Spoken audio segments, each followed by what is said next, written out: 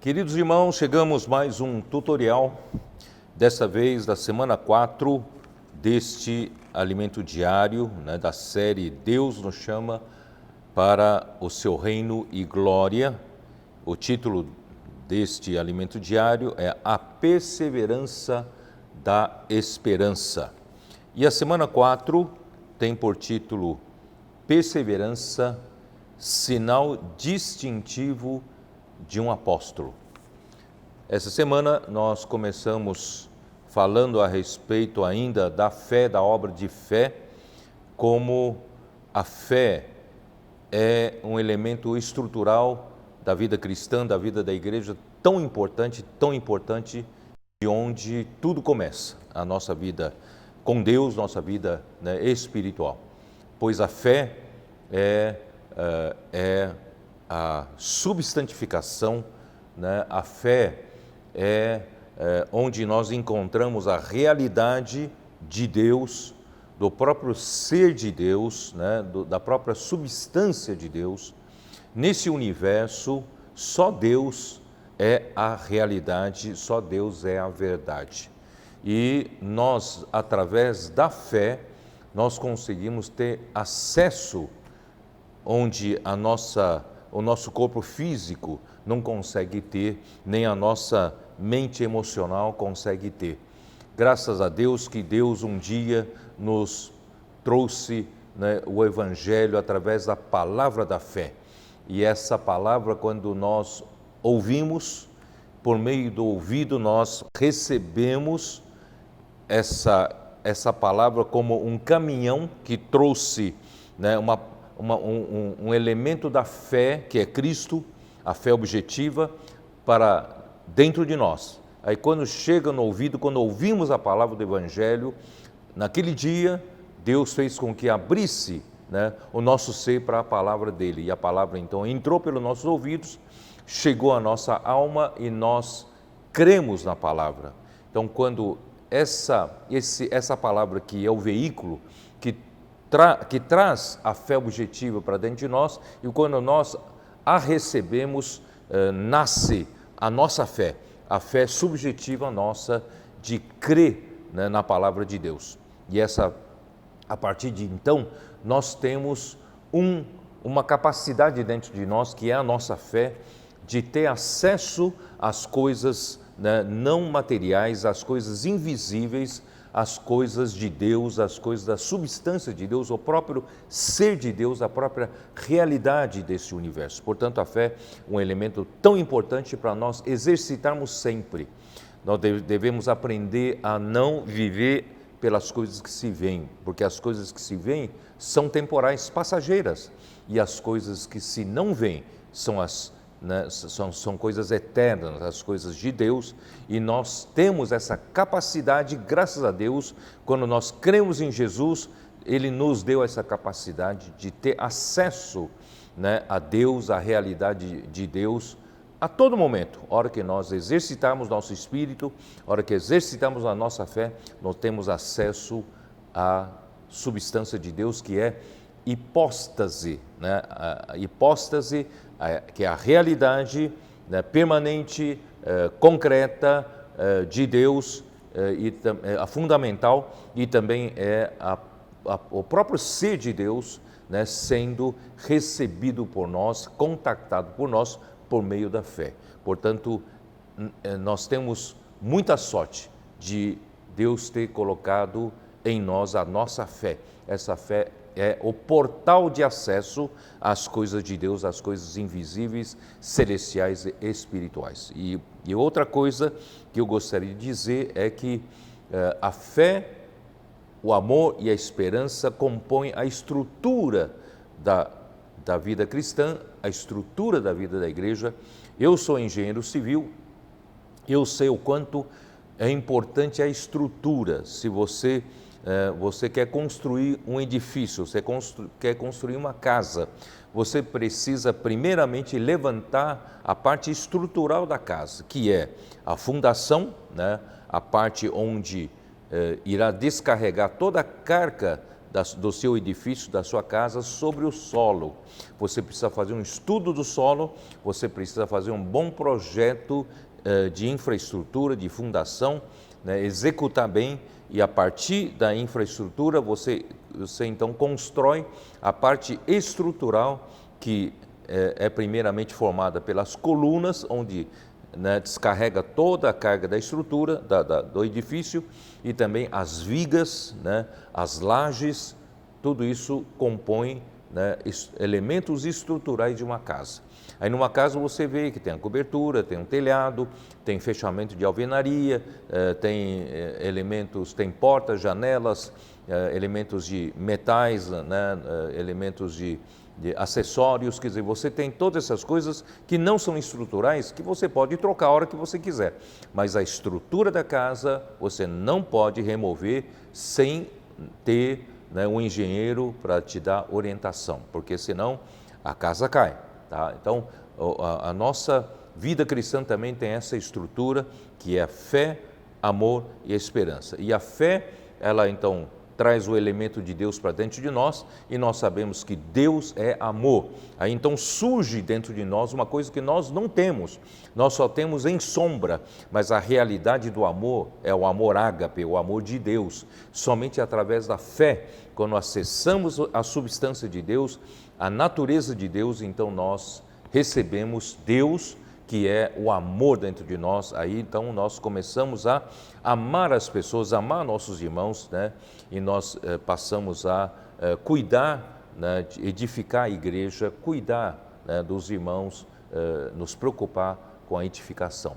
E no fim, tudo isso nós perseveramos, não é só um trabalho de um dia, 2 dias, é um trabalho, é uma maratona, por isso precisamos de esperança para ser a nossa perseverança. A esperança, né, a esperança é o combustível para nós perseverarmos até a vinda do Senhor, até a volta do Senhor, né? E esta mensagem é a mensagem 16 da Conferência Internacional de setembro de 2020, onde o título é Perseverança, sinal distintivo de um apóstolo. Isso está em 2 Coríntios 12, 12, né? Eu posso ler para vocês, tá? 2 Coríntios 12, 12. Vamos dar uma olhada, né? Eu acho que vale a pena. Onde Paulo diz assim, pois as credenciais do apostolado foram apresentadas no meio de vós com toda persistência por sinais, prodígios e poderes miraculosos. Então aqui fala de credenciais, e as credenciais, né, do apostolado, aqui logo na segunda-feira do Alimento Diário está bem explicado. As credenciais do apostolado foram apresentadas, né, no meio de vós com toda persistência por sinais, prodígios e poderes miraculosos. A palavra credenciais no original grego é semeion, derivada de sema, e pode ser traduzida por sinais distintivos, isto é, aquilo que distingue um apóstolo, né? O que distingue um apóstolo são os sinais que o distinguem, sinais distintivos. E a palavra persistência é do grego hipomoné, né? Pode ser traduzida para perseverança. Portanto, a perseverança é um dos credenciais, um dos sinais distintivos de um apóstolo, né? Por isso que nosso querido irmão Dong deixou, né, a sua biografia e nós demos o nome de resiliência. Foi um homem perseverante no meio de tantas dificuldades, tantas perseguições, tantos sofrimentos. Ele nunca desistiu, né? Cai, levanta, mas a perseverança é um sinal distintivo, é um credencial de um apóstolo, graças a Deus. Bom, hoje eu pretendo continuar de uma maneira diferente o tutorial da semana 4, eu vou fazer o seguinte, eu tinha preparado um esboço que talvez nem tudo que está aqui no esboço foi falado nessa mensagem. Então eu vou ler esse esboço comentando, tá bom? Rapidamente, quem sabe complementa, né, o alimento diário. Muito bem. Comecei falando assim no meu esboço.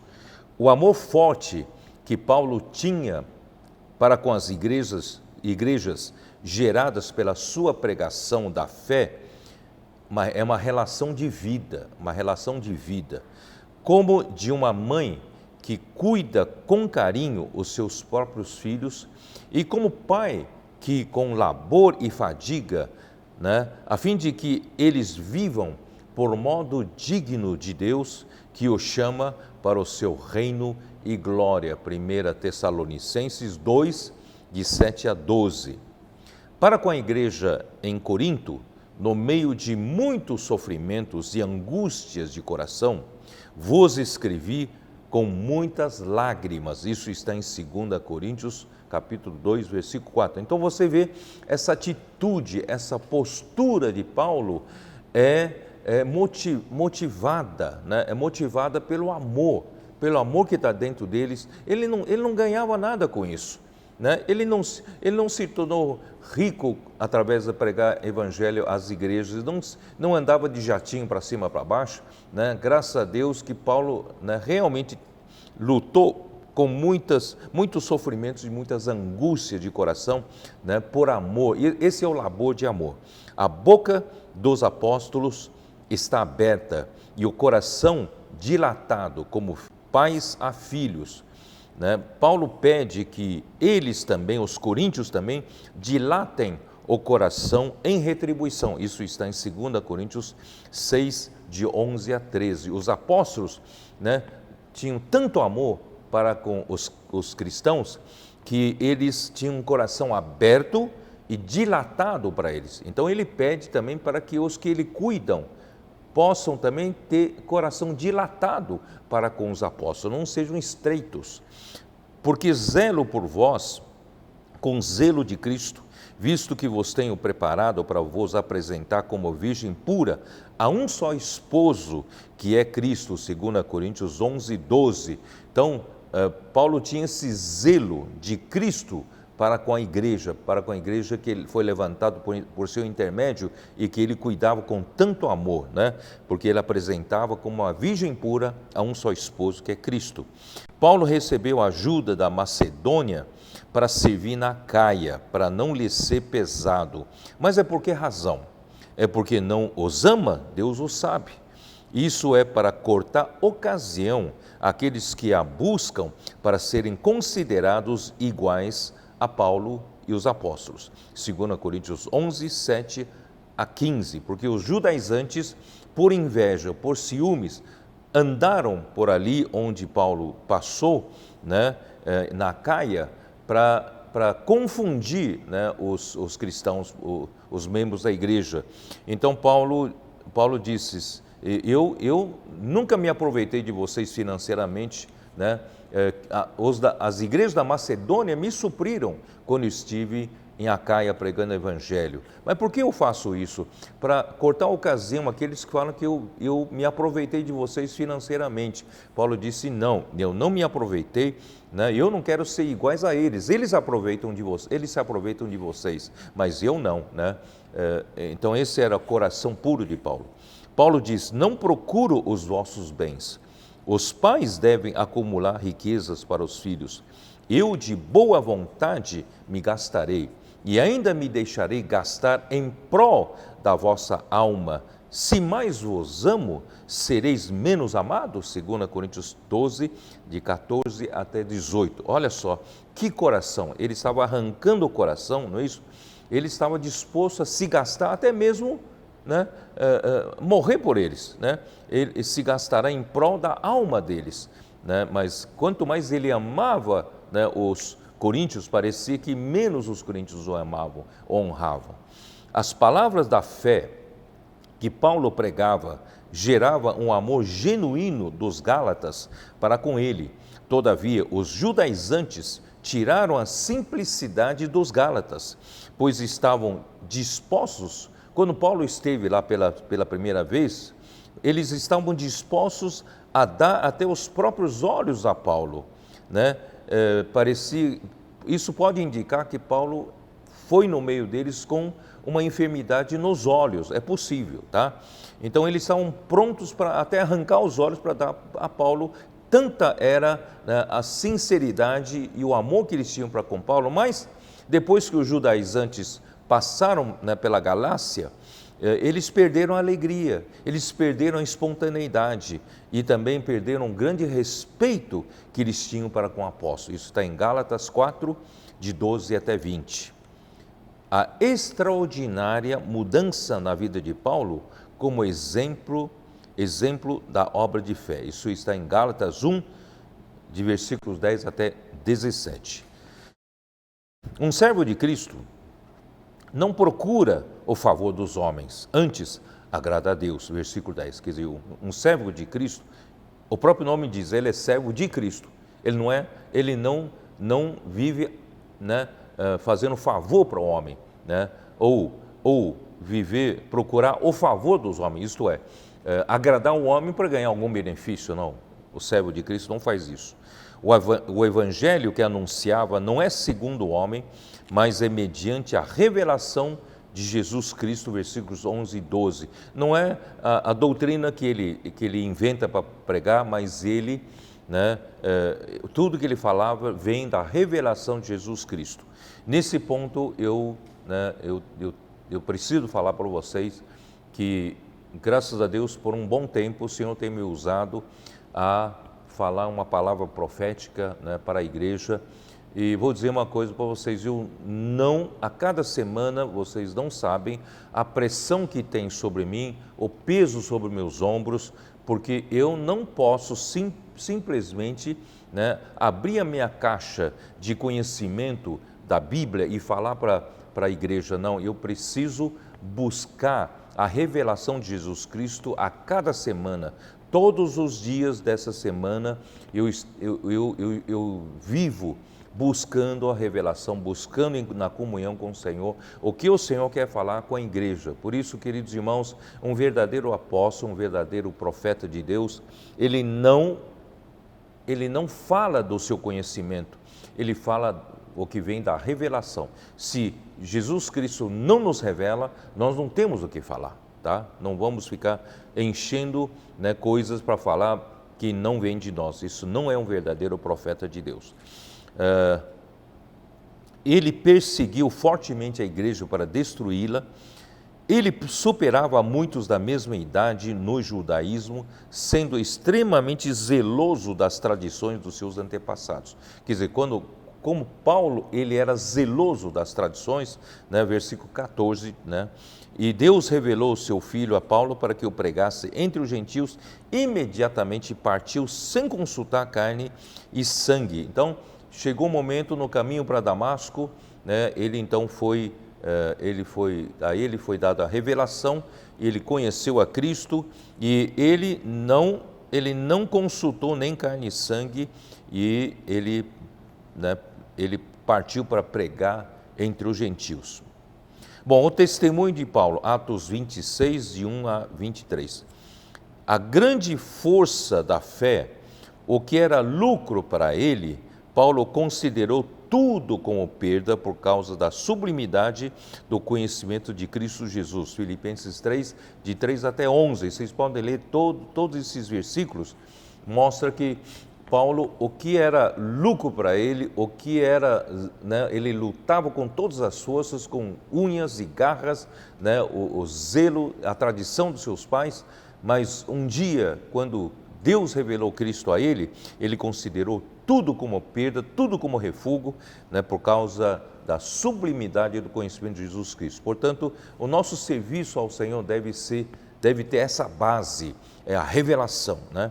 O objetivo do labor dos apóstolos para apresentar todo homem perfeito, maduro em Cristo. Colossenses 1, 28, 29. Nós não podemos servir a igreja, cuidar dos irmãos sem objetivo. Qual é o nosso objetivo? Não sei, é só para cuidar bem deles. Não, nós temos que ter um objetivo, que é apresentar todo homem perfeito, maduro em Cristo. Jesus guardou os que o Pai lhe confiou, transmitindo-lhes as palavras que o Pai lhe deu, e eles reconheceram que tudo vem do Pai. Ele guardou-os em nome do Pai e os protegeu, e nenhum deles se perdeu. Isso está em João 17, 6 a 26. Pois ele amou os seus que estavam no mundo, amou-os até o fim. João 13, 1. Aqui ele se referia principalmente aos 12. Infelizmente, um traiu a Jesus, né? Mas os 11 permaneceram fiéis até o final. Paulo não somente anunciou o evangelho da graça, mas também o mistério da glória. Quer dizer, o evangelho dele é muito profundo, não é só o passo inicial da graça. Para isso, ele anunciou, advertiu a todo homem, ensinou a todo homem toda a sabedoria, para apresentar todo homem perfeito em Cristo. É para isso que ele se afadigava, né? Ele se esforçava o máximo possível. Colossenses 1, de 24 a 29. Paulo completava o que restava das aflições de Cristo a favor do corpo, que é a igreja. Esse modelo do labor de amor, queridos irmãos, é que nós devemos ter. Jesus é o bom pastor dá vida pelas ovelhas. João 10, 11. Queridos irmãos, quem é um bom pastor? Se você quer pastorear o rebanho de Deus, tem que ter esse espírito de sacrifício, de dar vida pelas ovelhas. Nisto conhecemos o amor que Cristo deu a sua vida por nós e devemos dar nossa vida pelos irmãos. 1 João 3,16. É o amor doação, é o amor sacrifício. Se não tiver esse amor, queridos irmãos, não se edifica a igreja, a obra de Deus não será feita. Em nada, Paulo considerava a sua vida preciosa para ele mesmo, pois para ele o importante era terminar sua carreira e completar o seu ministério que recebeu do Senhor. Atos 20, 24 a 35. Queridos irmãos, é isso que vale. Para um servo de Deus, para nós que servimos ao Senhor, para nós importa, né, terminar nossa carreira, de fazer o nosso papel, cumprir a nossa parte, não é isso? E a nossa vida não é preciosa para nós, contanto que a gente termine a nossa carreira e completemos o ministério que o Senhor nos encarregou. Vamos ser fiel àquilo que o Senhor nos confiou. Os líderes espirituais que pregam a palavra devem ter uma vida que resulte em exemplo de fé para com os que recebem, né, a palavra de Deus para eles imitarem, né? Hebreus 13, 7.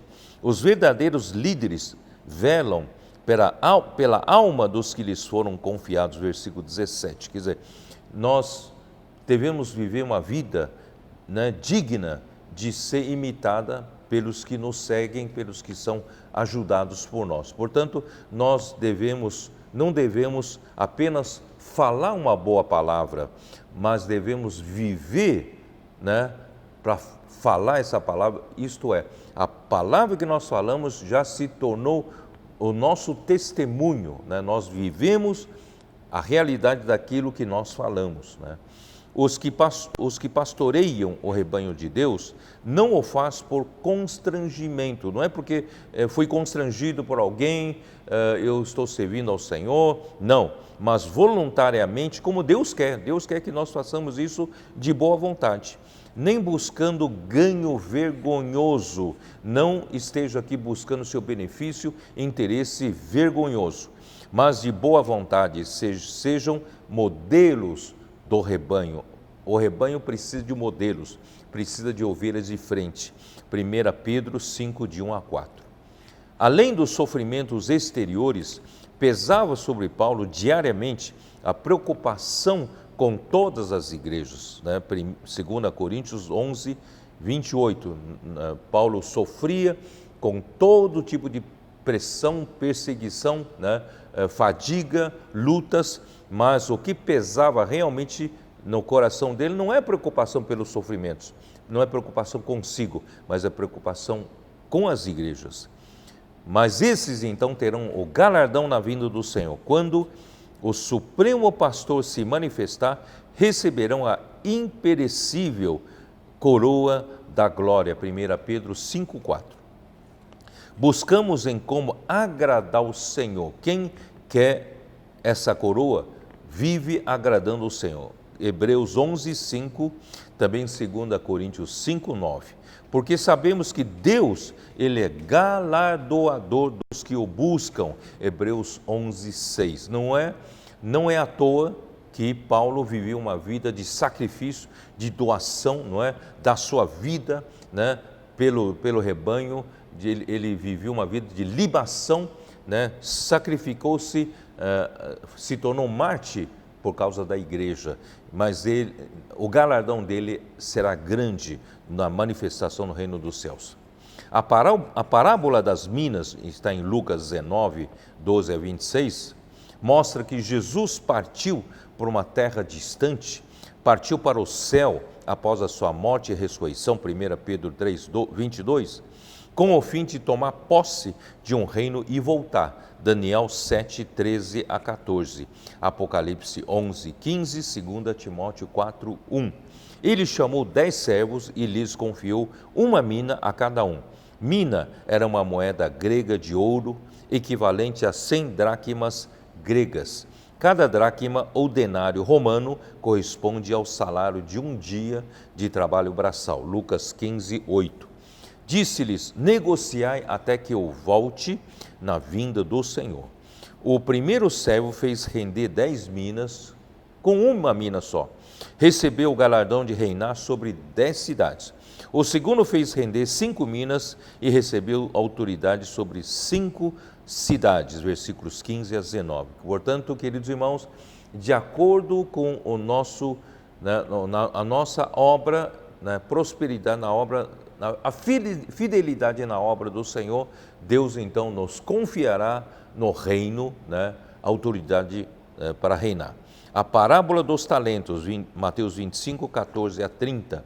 Quem é o servo fiel e prudente, a quem o Senhor confia os seus conservos para dar-lhes o sustento a seu tempo? Mateus 24, 45 a 47. Para ser esses que vão receber galardão, queridos irmãos, é só a gente ser um servo fiel e prudente, e aquilo a quem o Senhor nos confiou para cuidar, vamos dar o sustento a seu tempo. É simples, vamos alimentá-los, com a palavra que recebemos, a palavra profética, a palavra do alimento diário, a Bíblia, vamos cuidar deles, e assim fazendo, quando o Senhor nos encontrar assim, nós seremos vencedores. A vida de Paulo foi uma libação. A libação era uma oferta feita com o derramamento de vinho sobre as outras ofertas básicas. Paulo se derramou como um sacrifício a Deus sobre a fé dos crentes pelo derramamento do seu sangue. Filipenses 2,17. A hora da partida de Paulo, 2 Timóteo 4, 6 a 8. Libação é derramamento de sangue, ele realmente foi martirizado. A coroa da justiça lhe está guardada, essa é a esperança que o fez perseverar. É para todos os que amam a vinda do Senhor. Agora começo a falar da esperança, Essa esperança é que nos faz perseverar. A perseverança da esperança. Perseverança em grego é hypomone ou hipomoné, que persiste com paciência, constância e perseverança, característica de quem não se desvia de seu propósito, mesmo diante das maiores provações e sofrimentos. Ele não desiste, do seu propósito. A perseverança marca a passagem da vida espiritual incipiente para a maturidade. Quem quer chegar à maturidade precisa viver uma vida de perseverança.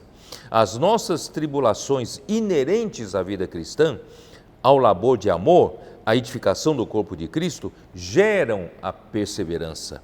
E a perseverança produz experiência. Essa palavra experiência em grego é dokime. que significa aprovado, ou caráter provado, isto é, a aprovação. Nós somos provados por Deus para sermos aprovados. E a aprovação produz esperança da glória de Deus. Isso está em Romanos 5, de 2 a 5. Os sofrimentos são provações para pôr à prova a qualidade da nossa fé, visando a sua aprovação, a salvação da nossa alma. 1 Pedro 1, de 6 até 9.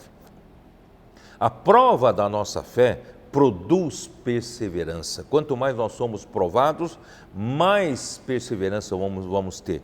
E ao se completar a ação da perseverança, nós seremos perfeitos e íntegros, sem faltar coisa alguma. Isso está em Tiago 1, versículos 3 e 4. A fé, a virtude, o conhecimento, o domínio próprio, a perseverança, a piedade, o amor fraternal e o amor ágape de Deus devem existir em nós e ainda aumentar para entrarmos com folga ao reino eterno de nosso Senhor e Salvador Jesus Cristo, 2 Pedro 1, 5 a 11. Esse é o caminho para o reino. Aquele que perseverar até o fim, esse será salvo, e será pregado este evangelho do reino por todo o mundo para testemunho a todas as nações, e então virá o fim. Mateus 24, 13 e 14.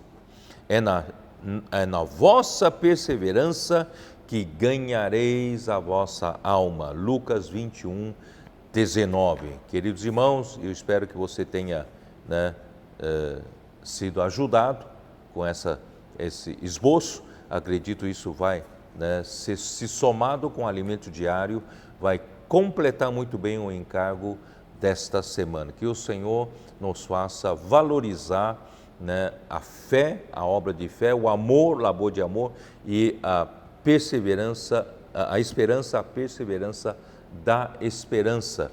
E assim, queridos irmãos, nós vamos ser como Paulo foi em toda a sua vida, nós vamos viver uma vida de vencedor, realmente não é para nosso próprio interesse, não importar nem a nossa própria vida, senão cumprir aquilo que Deus nos deu, para cada um cumprir a missão que Ele nos confiou. Deus então abençoe você, Deus faça de você um vencedor. Jesus é o Senhor.